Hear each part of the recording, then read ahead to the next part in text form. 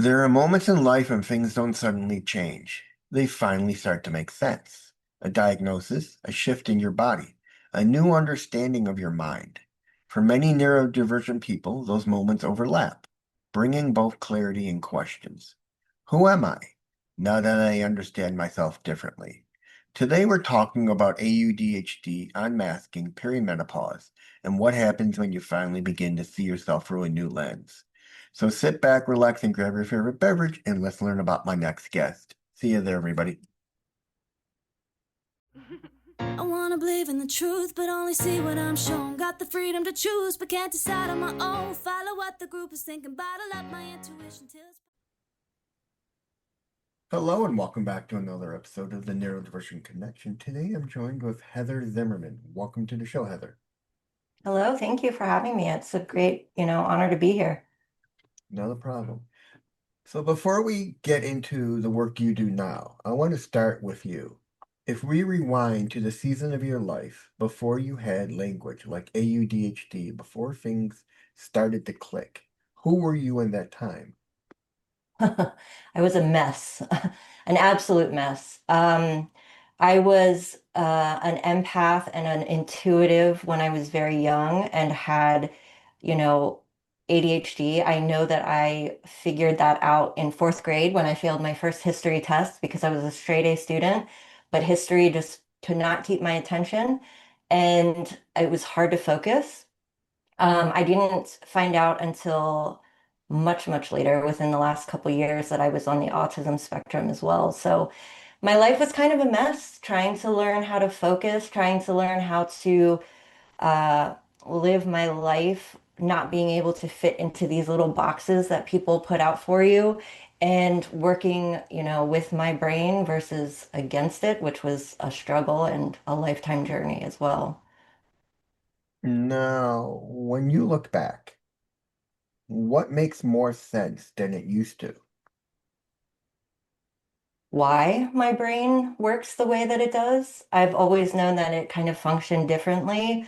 I'm very mechanically inclined, so I need to know how everything works. I need to see the bigger picture because when you understand the little pieces, it makes the whole thing look um, more digestible and helps you I make like this 3D printout version of things in my mind to try to figure out how the whole thing works together.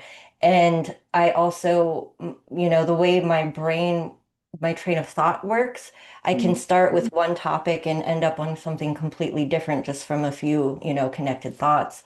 And so many other people didn't think like that. So it was very difficult even in social situations for me to figure out why I was different from everyone. So once I kind of learned to understand neurodivergence and what, I was going through, it really helped me to gain a better understanding of why everything was so different for me back then.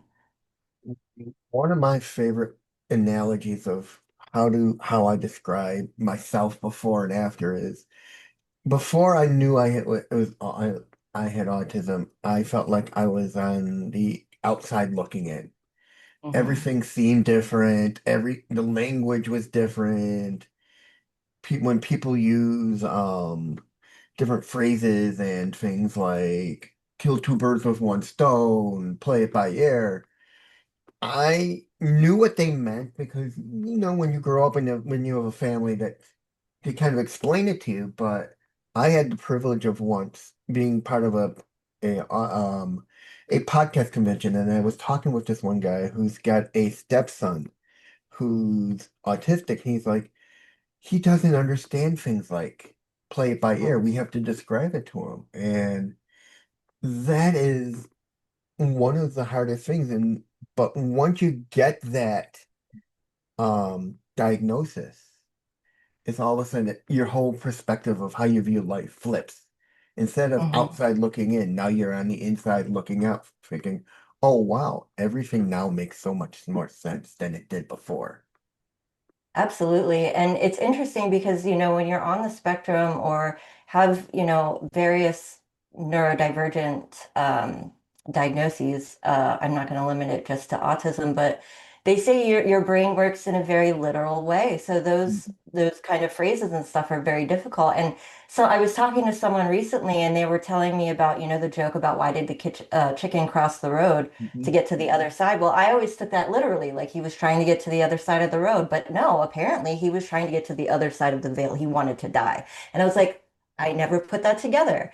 And then there was another one. I just had it in my mind and I lost it already. Oh, the bumper stickers where it's like honk if you X, Y, or Z. And apparently that doesn't literally mean honk. It means something different. And I can't remember what it actually means, but I was like, wow, I really do take a lot of things like that very literally. So all of that makes a lot of sense. I mean, that's so funny you mentioned that. I mean, not in the funny haha way, but in the funny of I too never realized that joke of why did Yeah. chicken cross the road? I never thought the chicken wanted to die. I just thought, oh, he wants to get the other side because there are so many other add-ons to that, Mhm. and so many people add on different things that I never have thought of. Oh, he wants to get away from everything. He wants to die. He wants to Right. get hit Yeah. by And a I car. never thought the joke was funny because it didn't make sense to me. Like, well, why does anyone cross the road to get to the other side? Well, Yeah. why else would you be crossing? So I never found the humor in it. But now that I see the other perspective, I'm like, I mean, it's still not funny, but I No. get why it's a joke and not just something stupid and silly like I thought it was before.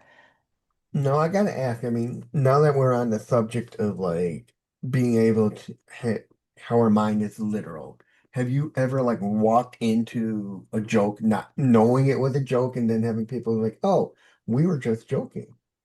Yes, absolutely. It's happened quite a few times. And I've had to kind of find a way to allow myself to be in a mindset where I'm having more fun and Mhm. staying in that like childlike wonder state because so many times people would say something or they would ask a rhetorical question or whatever, and I would take it literally and start going off on a tangent as we do. And they're like, I wasn't really, that's not where this was headed. It was a joke or it was whatever. And so I do catch myself even still sometimes Mhm. stopping myself and being like, okay, I get it. I don't have to, explain or give an answer or tell you about the hours of research that I did about this topic and make you understand. I really just need to laugh and go with the flow. So yeah, it happens a lot. I mean, one of the great ways I explain how our mind works to people is I say, hey, listen, you try monitoring every word that comes out of your mouth. You get Hmm. tired after a while and something slips. And that's when we make our mistake. Yeah, we have no filter, so we are monitoring everything we say. And yeah, you get tired once in a while, and yeah, we will fall into a butt of a joke or we'll say something inappropriate. And then we have to do a backtrack of saying, hey, you put yourself in my shoes. You have no Hmm. filter now.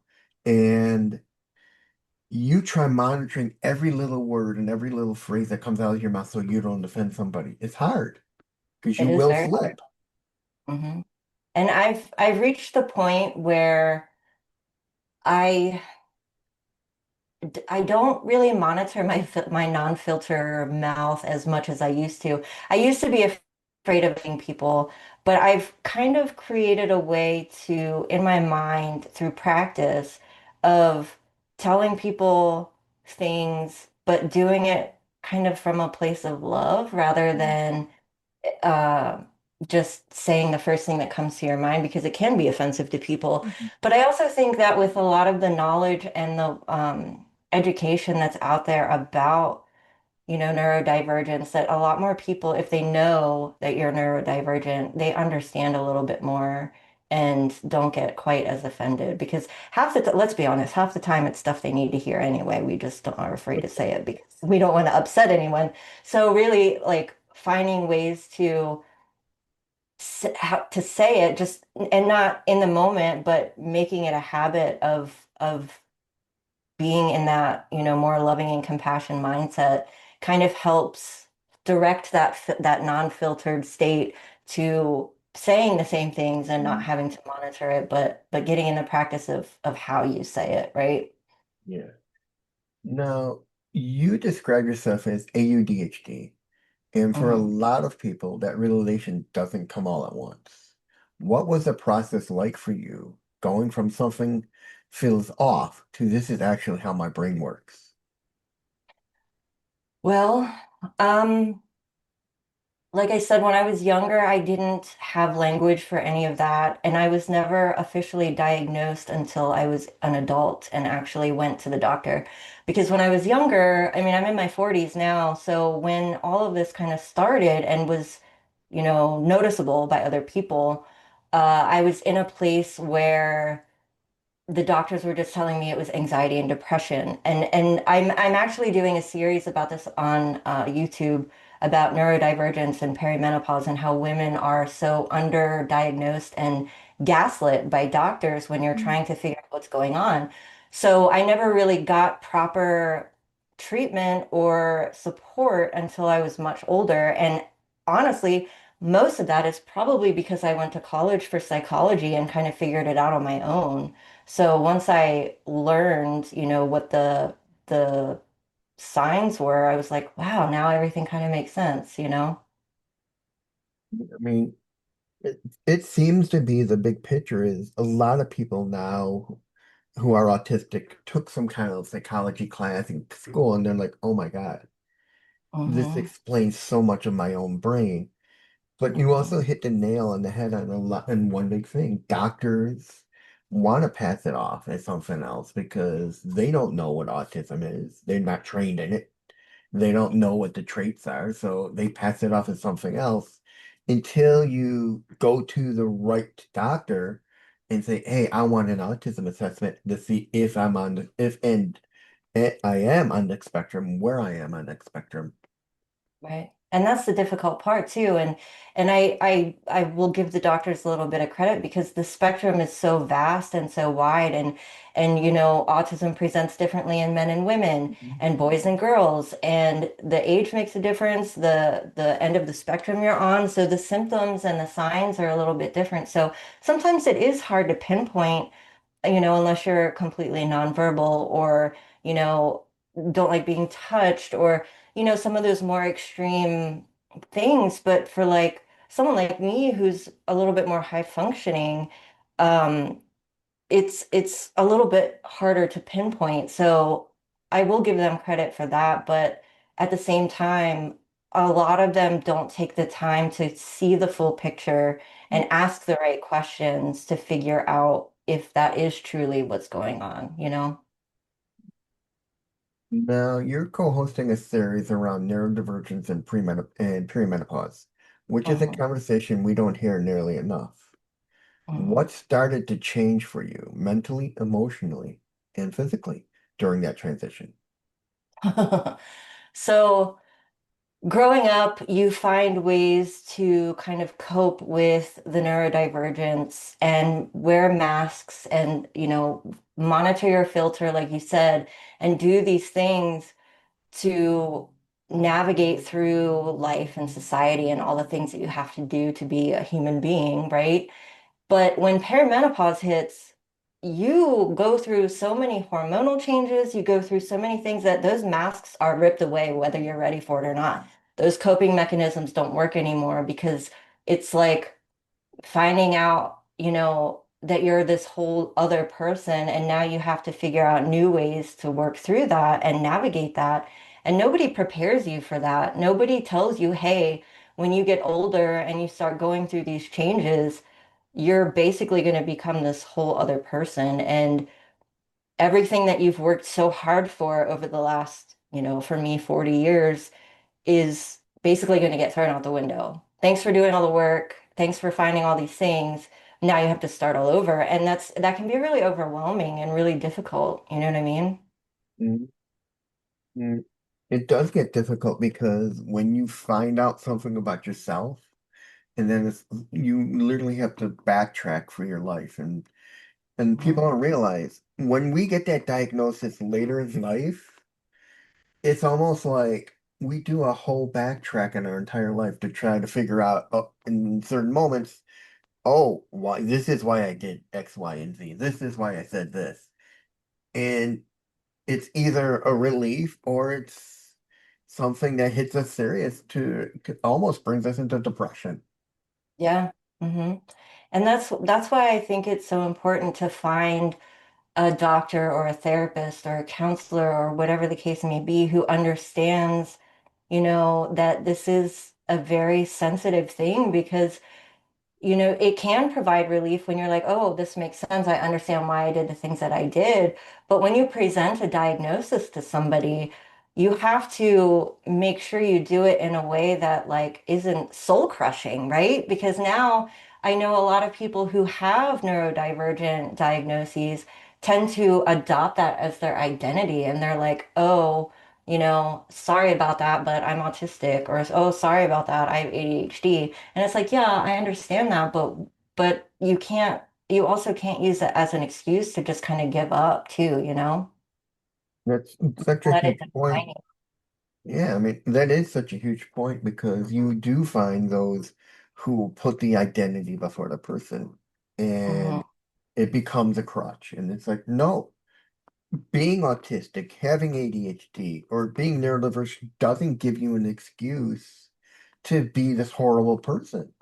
hmm It it's your diagnosis, it's not who you are. Absolutely. And it should help give you kind of a framework to understand what's going on with you as you learn more about it. But there are ways to like, I don't know, I think it's a superpower being ADHD and autistic. Honestly, you just kind of have to learn to use it to your advantage and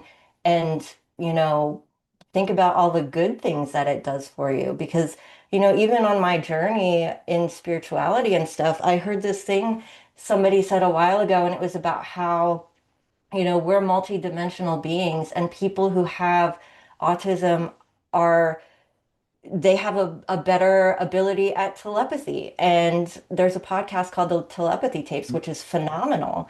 And also ADHD, like we can process so many things at once, which is what a multidimensional being is supposed to be able to do. And we're not meant to live in the way that the world works right now. So I think it's a superpower. I love the fact that I have these abilities and I had to find ways to learn to make it work to my advantage instead of making it, an excuse or a crutch to not be the same as everybody else. I mean, I had a guest on my show, on my second show, who was a psychic, and I asked him if my father was standing behind me, and he pauses for a minute, and then he goes, "Can I ask you a question?" I'm like, "Sure." He's like, "Do you feel like you're out of place? Like you don't fit in?" I'm like, "Of course." He's like, no. He's like, "No. Do you feel like you really don't fit in here where you are?" And I'm like, "Yeah, why?" He's like, "Well, you are what's called a star child." I'm hmm like, "What do you mean a star child?" He's like, "You originally were a dragon, and from where you came from, you you wanted to learn more, and you left and you came here to learn, and this is your new identity." That's amazing. I have dragon lineage too, and I'm also a star seed, so that's amazing. We'll have to talk about that at some point, not right now, but I would Yeah, love to have that conversation with you. That would be yeah, awesome. that would be fun. I mean, yeah, because it just blew my mind that he told me that. I'm like, hmm is that such a thing? Is that real, or is that just in the paranormal world and everything else? And that just kind of blew my mind because maybe that's who we all are in reality is a different type of being that's placed on this planet to understand it better and understand ourselves. And I'll be honest with you because I totally agree with that. And I also know that we choose our lives before Mm. we get here. So we chose to have these perceivably what you would call a limitation, although again, I think it's a superpower. It But is. we chose this life. We chose these things to come here to learn and to grow as a soul. And so like I said again, making it a limitation is just preventing you from truly embracing the experience that you chose, to be quite honest. And it's, I don't know, it can be a beautiful thing. I mean, one of the things that I'm pretty sure you hear a lot is when you talk to those who are like you and I, who are AUDHDs, levels one, and even level two, and when people ask, would you get rid of your autism or your ADHD? People say no, because it makes me Mm-mm. who I am. Absolutely. Like I said, it's a superpower. It's helped me in so many I mean, in the beginning it was difficult, I'm not gonna lie. But once I kind of embraced it and looked at it from a different perspective, I would never give it up. It totally makes me who I am. And I think it gives me an advantage in a lot of situations that other people, the neurotypical people don't have. And I look at things from a very different perspective. Mhm. I truly do think that it's beautiful and I wouldn't give it up ever. Now, did it feel like things got louder, harder to manage, or just different? As I've gotten older, Yeah, as you gotten older, let's say. um, I think it's gotten easier to manage because not only have I learned more about it and about how my brain works and like I said, using it to my advantage and finding ways to embrace the beauty of it, it hasn't gotten louder. It's Mm. gotten different. It's gotten different. It's very different now. So it was very unmanageable at first. It was very confusing. It was very limiting. It was difficult for me to even sit through a movie, you know what I mean? And so um, as I've gotten older and I've learned more about it, it's helped me find ways, like I said, to make it work for me instead of against me. So the noise is just different. It's more pleasant, I would say, if that makes sense. It kind of does. Now, a lot of neurodivergent people spend years learning how to mask, sometimes without even realizing it. How Mhm. has masking shown up in your life, and has that changed over time? 100%. Masking was huge growing up because I felt, because I was different, that I had to hide that in order to be, accepted by people Mhm. socially in school. Like I remember asking questions when I was younger and people didn't know how to respond to them because either their brain didn't work that way or it was too far of an advanced question that they didn't know how to answer. And so they just instead of diving into it, they just kind of shush you, you know?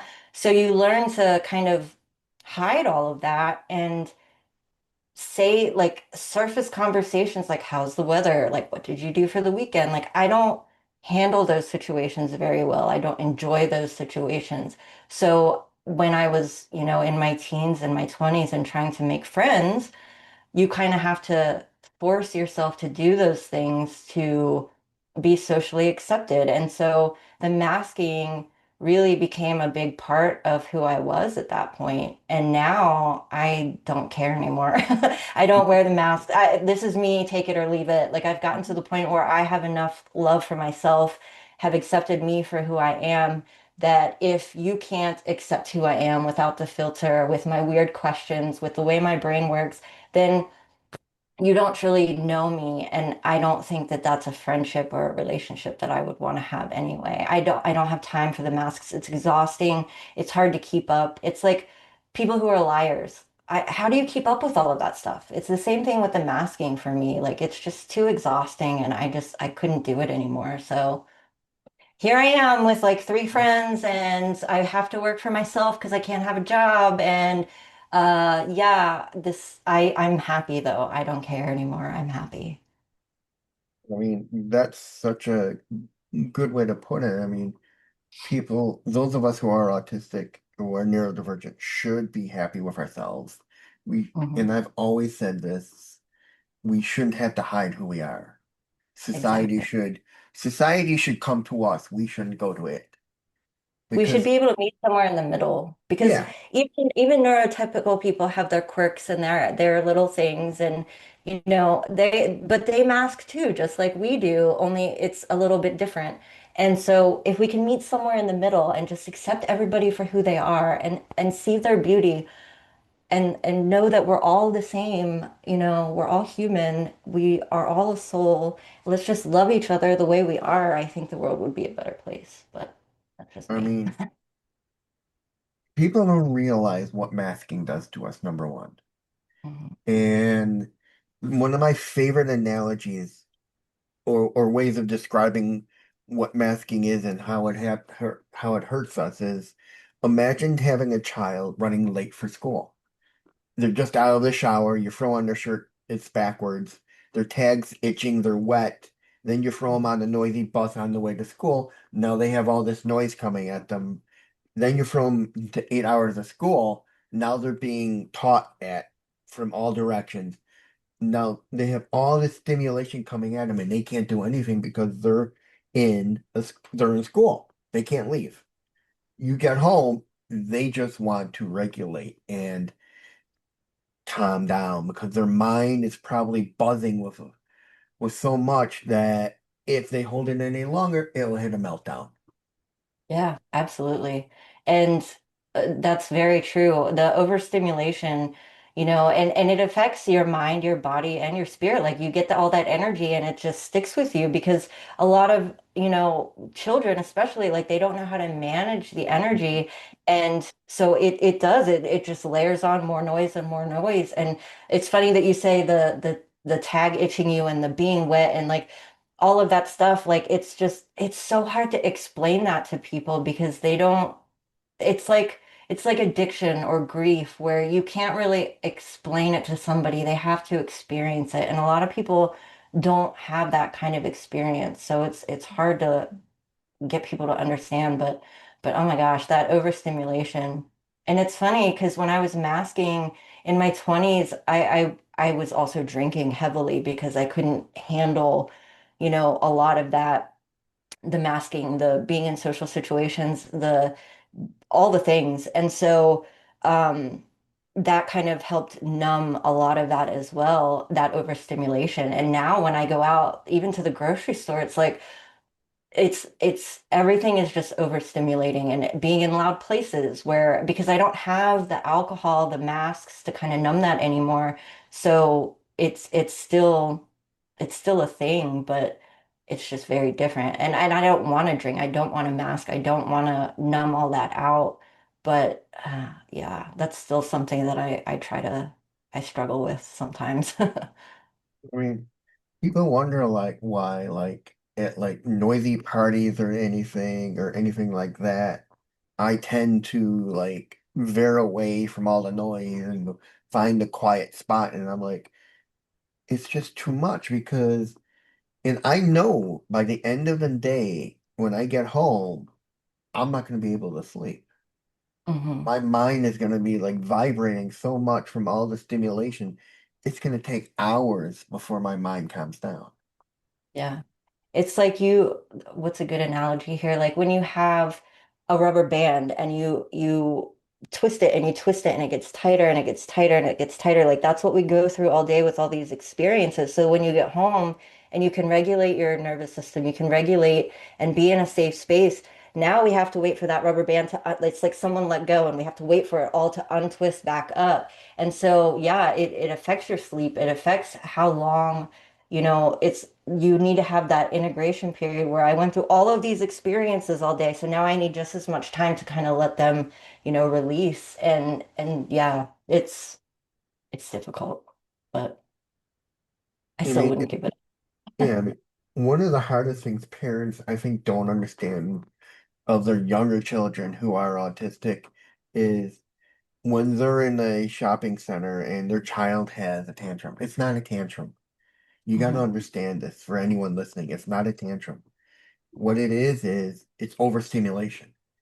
You And they don't put know a how to child express. who doesn't know he's autistic in an environment like a shopping center with bright lights, people talking all over, music playing, smells coming from everywhere. It's just so much that the child's only reaction to it is to have a breakdown, a meltdown. Yeah, And that absolutely. looks like crying and you and the parent they don't know what to do and it becomes yelling, screaming, okay, I'm gonna take you out of here now. And then the parent looks bad and the child looks bad and then they get looked at. And parents need to be taught Mhm. when they find out their child, once they find out their child is autistic, they need to teach themselves ways to talk and handle things like Yep. this so their child doesn't get overstimulated. Absolutely. Because you have to understand, kids don't have a language to describe what's happening to them. They don't know what overstimulation is. And their brains aren't, functioning in a space where even if they did, they'd be able to explain it because they have all of these things coming in. It's noise and it prevents, your brain from working properly. And so they have no language for that. They have no way to express what's happening. So of course they're going to cry because that's, all they know how to do to kind of drown all that out, but also as a emotional response because, when we're little, that's how we communicate before we can talk and stuff. We cry. And that, gets the attention of the adult or whoever that you need something. So again, when you don't have words or ways to explain, like there's too much going on, of course they're gonna go to crying. And not only the bright lights and stuff, but like now you have the shoes and the socks and the clothes and being in the shopping cart and the touching and the noise and it's a lot. It can be very overwhelming. And there are ways to help your kids work through that. And you're right, being educated and knowing how your child's brain works, what regulates their system, what gets them to calm down. Some of them, like for me, it's touching things. So like if I have, like I used to carry a blanket around, a fleece blanket. And even now when I'm getting into that, like I'm feeling overstimulated, I put on a big fleece hoodie because feeling that material helps calm me down. So there's ways to like figure out what will help your child, but everybody's going to be different, you know what I mean? So it's Mhm. just a matter of knowing what's going on without them being able to tell you and how to help them work through that. Mhm. Now, what happens when the math gets harder to hold?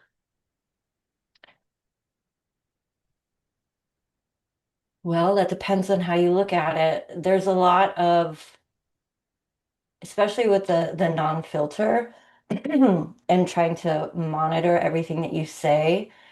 There's a lot of guilt and a lot of shame around not being able to hold that mask anymore because you can be offensive to someone and you can kind of make people look at you different when that happens.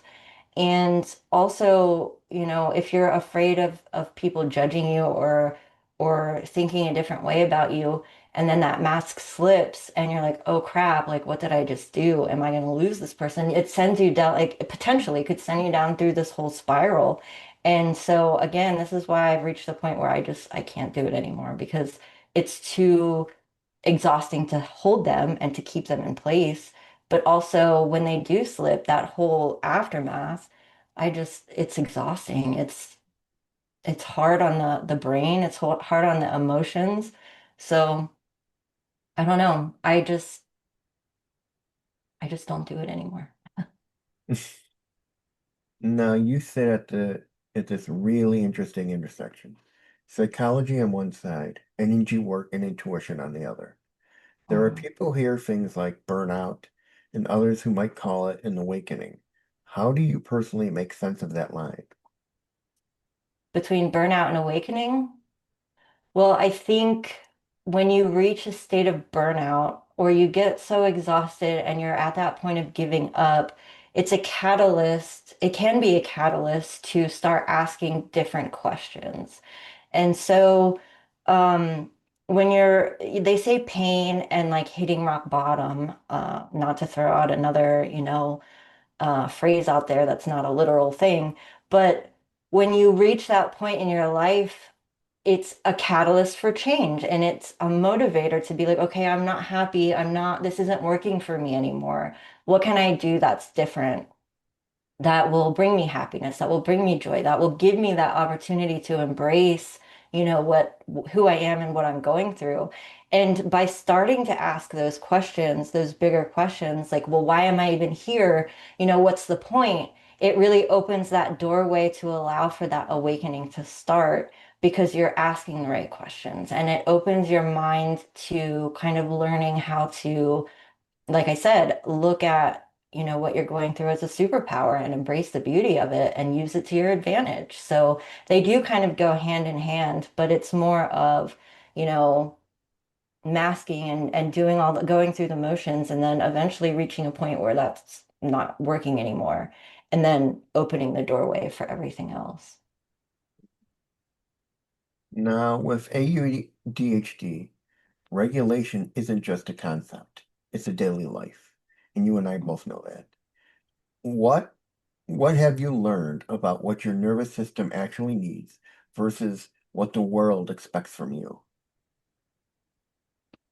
So I had to really learn how to listen to my body Mhm. and because there was a point where like I would be like, am I hungry? Am I not hungry? I don't know if I'm hungry. Am I, upset? Am I happy? Like I had to go through a phase where I really had to get in tune with the physical part of myself because I was always so much in my brain, in my mind, that I kind of disconnected. So learning how to regulate my nervous system and how to work with that was a little difficult at first and it was a little overwhelming.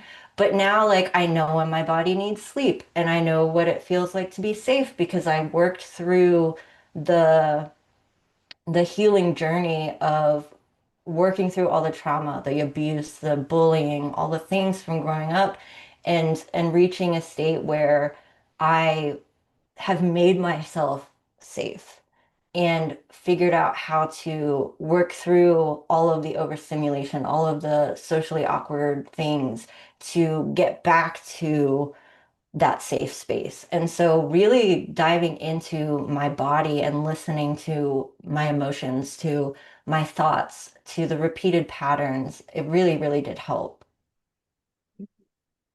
I mean, I totally understand that. I mean, that's one thing I am so in tune with is my own body. And that's Mhm, something I push it heavily is if you are autistic or even if you're not, you should listen to your body because it knows more about you than you because mhm, it's what's going to tell you what you need if you're hungry, if you're tired, if you're stressed. And if you listen to it, you will hear the right signals. mhm. Yep, yep.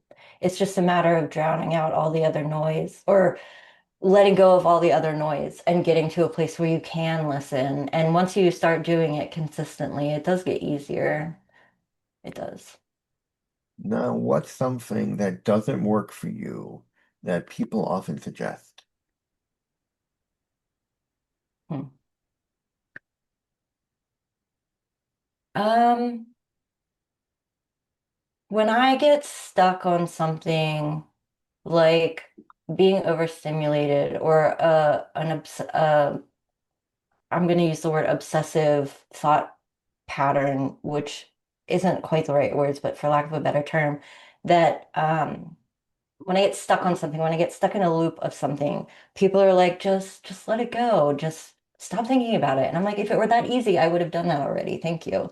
I think people who are uneducated and don't understand what that getting stuck in a loop or going down a spiral really means, they try to offer advice. And I appreciate the comfort and the support, but at the same time, while that might work for you, that doesn't work for me. And so there are that, like, if it were that easy, I would have done it already. And that's the same thing with anything else, like depression, anxiety, all those other side effects that come with, being neurodivergent. People are like, just think happy thoughts. And I'm like, okay, well, everything else is still there. Awesome.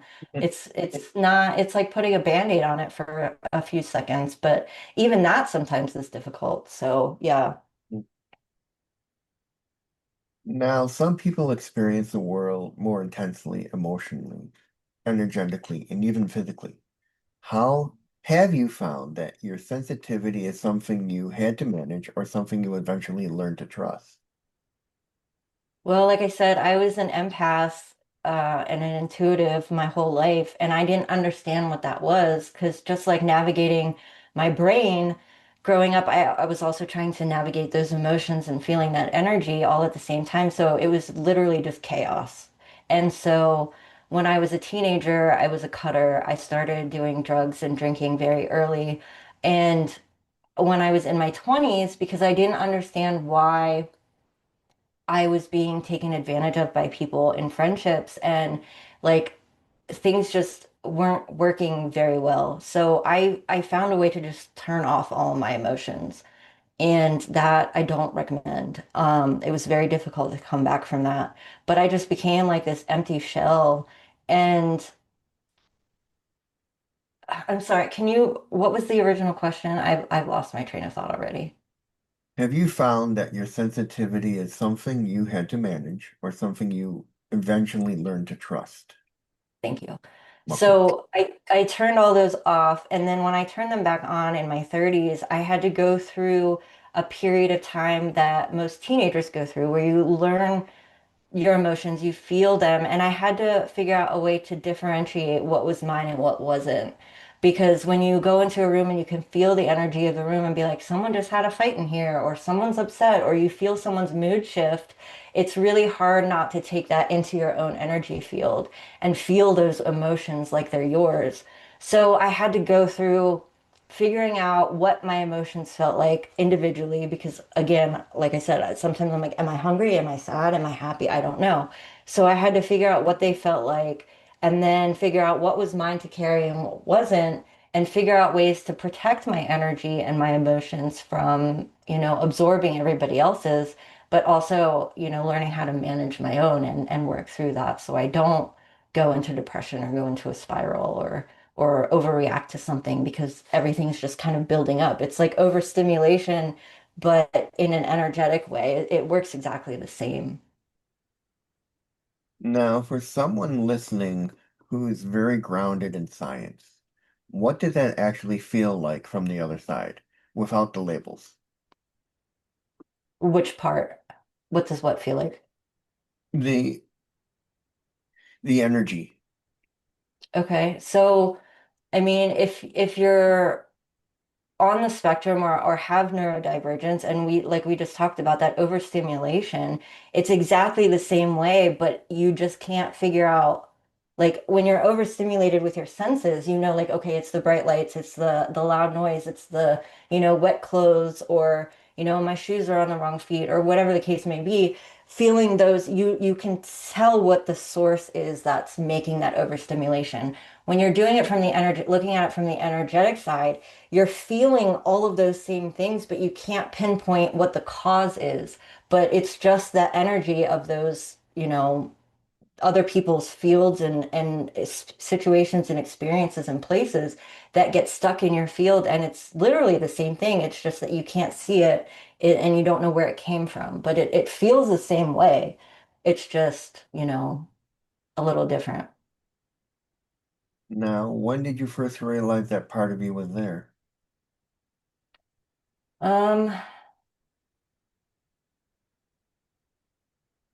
I'd say after going through school and learning about the mental part of it, the brain part, and then having all of those experiences that I just talked about growing up, and then going through my spiritual journey and learning more about energy and learning more about, you know, being an empath and going through that emotional and that energetic part and putting all those pieces together and realizing that the correlations are there. It's just, you can see some of it, you don't see some of it, but it all kind of works the same. So I'd say really learning about who I am at a soul level kind of solidified all the stuff that I learned about in the physical part. So within the last few years, it all kind of started making sense in that bigger, broader picture. Okay. Now, you have a master's in psychology, and you also Mhm. work in spaces that aren't easy to explain. Mhm. How do you hold both without feeling like you have to choose one or the other, or over the other? So, like I said, there's a lot of parallels, and it wasn't intentional that I did that, doing both of them. I started with the psychology thing because, I wanted to learn more about me and how my brain works. And, I'm fascinated by human behavior and why people do the things that they do, and how our experiences and, the way our brain works affects how we interact with the world. But when I started going through my own awakening and asking those questions and learning more about, that side of things, I started to realize that there are a lot of parallels and there are a lot of similarities between the two, and they do kind of work hand in hand. So it was kind of accidental, but I can word things, I think by doing both and not choosing, I have the ability to word things in a way that anybody can understand, whether it's by saying the science or the research behind it or the spiritual part. It's basically all saying the same thing, just using different words. So you don't really have to choose. You just have to figure out how to explain it to people so they understand. Now, you also work in leadership. What do you think people misunderstand about divergent individuals in the leadership roles? Well, again, I think it can be used as a superpower. So I have the ability to think critically and think outside the box and come up with these creative solutions. I call myself the queen of loopholes because the way my brain works, I can look at things from a very different perspective than other people and solve problems that maybe they didn't think about, things a certain way. So being able to do that, as well as just honestly just treating everybody as a human being and not, I'm better or worse than you, or, look down on people as a leader. You really, I uplift everybody. I embrace their differences, their diversity, and help them see how they can empower themselves and use that to their advantage. And so it just makes the whole teamwork better when you really get to showcase and highlight, people's strengths, even if they weren't able to see them themselves. I try to help them, find that beauty in themselves. What does good leadership look like through your lens? Mm. Being open to learning from the other person as well as being a teacher, teaching sovereignty and empowerment and letting people be who they really are. And embracing that and not, setting these unmanageable expectations for people and just letting them flower and blossom and truly stepping into their own power. I think that's great. Now, was there a moment in your journey where everything kind of collided? Your identity, your work, your understanding of yourself, and had you to decide who you were going to be moving forward? hmm Um, During that time where I was drinking a lot and I was masking and my emotions were turned off, I was turning into someone that I didn't like and I didn't recognize, and it wasn't me. And I reached a point where I looked in the mirror and I was like, who is this person? I don't want to be this person. I was being mean to people. I stopped caring because I turned off all my emotions. It was like a downward spiral where I stopped caring about everything, including myself. And I reached a point where I was like, I don't want to live my life this way. I don't want to be this person. So I quit drinking. I kind of isolated myself a little bit and did a lot of self-reflection and asking myself, like, who do I want to be? And then kind of figuring out ways to step into that role and to adapt who I wanted to be into my life. Mhm. Now, if someone is listening right now and is in that place of confusion, maybe overwhelmed, maybe rethinking who they are, what would you want them to hear? No matter what comes up, it's okay. We are allowed to make mistakes. We are human. We are allowed to question things. We are allowed to ask those difficult, things of ourselves and really dig deep down and have some self-love and self-compassion and understanding for your journey, because we always do the best we can with what we have at that time. And that's not always going to be perfect, and that's okay. but it's up to you to figure out how to move forward and to be that person that you want to be, no matter what that looks like. Now, when you zoom out and look at your journey, what has been what has been being AUDHD taught you about your life, about yourself that you wouldn't trade? Again, I look at it as a superpower. I love the fact that I can look at things differently than most people and ask, questions and solve those problems without conforming to, the little boxes or the standard protocol. Like I've never been one to follow the crowd. I've never been one to just do what I was told. So being a rebel and asking those hard questions and questioning everything has been again like a superpower for me because I don't want to be like everybody else. I like who I am. And I'm not perfect, and my life has certainly been messy, but I embrace all of that because it again made me who I am now, and I love that. And finally, where can people find out more about you online? Sure. So you can look at my website, which is divineascensionco.com. I'm on Facebook. You can look up Divine Ascension Co. or you can find me through there because there's a million Heather Zimmermans in the world. Um, I'm also on YouTube. The channel is Divine Ascension Co. I have a podcast. It's called Everything You Need to Know About the Ascension of Humanity. But yeah, if you just go to the website, you can pretty much find all my links and everything on there. That's probably the easiest way. And that's it, ladies and gentlemen. That was Heather Zimmerman, and I'm Reed Miles. Remember, stay curious, stay fearless, and remember, wherever you are, you're never alone. See you in the next one. Thank you, Heather. Yep, thank you so much. Hey everyone, it's me again. I want to ask you something. Does your planner ever become one more thing you're avoiding? If it does, I have something you may want to check out. It's the Anti-Planner by Danny Donovan, and it was made for ADHD and neurodivergent brains. It's filled with practical activities for those moments when you feel stuck, overwhelmed, unmotivated, or unsure where to begin. You can check it out by using my affiliate link in the description down below. Purchases through the link also help support the show. Thanks for watching, and I'll see you on the next show. See you there, everybody.